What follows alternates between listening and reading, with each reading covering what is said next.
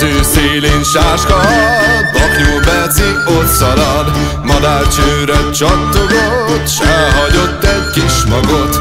Aztán egy szép hajnalon elvetettem kismagom, varázsmagból őserő, belsejéből indonő. Tekeredik, bodorodik, gyökerem ég, az égig ér. Tekeredik, bodorodik, gyökerem ég, az égig ér. Tör az ég felé.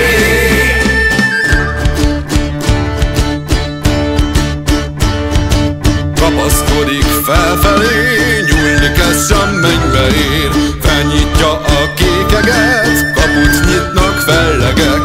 Ősi népnek szent hona, óriásoknak csarnoka.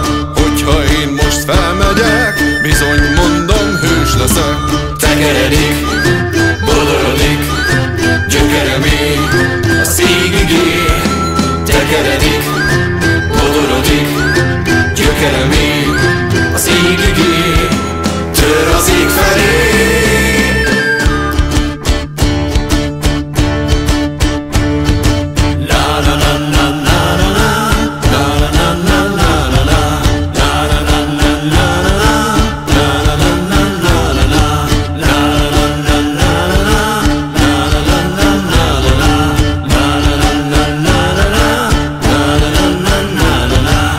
Felmászik, messze ellát 10 falunak egy szemtornyát, nagy szekérnyi színabogját, 20 ökörrel épp hogy húzzák, 30 megyfát, 40 rablót, a fák törzsén barna taplót, 50 pusztát, 60 utcát, urat látok és sok szolgát, 70 csikót, 80 marhát, a pásztornak nagy kalapját, 9x10 apró házat, ember rakott kivicázat, 1000 hektár gózaföldet, elég lenne fél megyének, annál többre rejtik cseppet, a napfényben tündökölne. Székelynak fényes házát, hogy ott jártam, meg ne tudják, barna lányom fehér csizmát, kivel roptuk éjszakánál, vörös lányom csinos pártát, nem felejtem édesókját, éven lányom rakott szoknyát, megszámoltam szoknyafodrát. Tekeredik,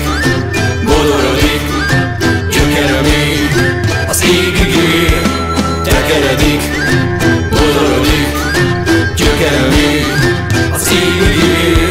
Tekeredik, bodorodik, gyökerem ég, az égig ér. Tekeredik, bodorodik, gyökerem ég, az égig ér. Tekeredik, bodorodik, gyökerem ég, az égig ér. Tekeredik, bodorodik, gyökerem ég, az égig ér. Tör az ég felé.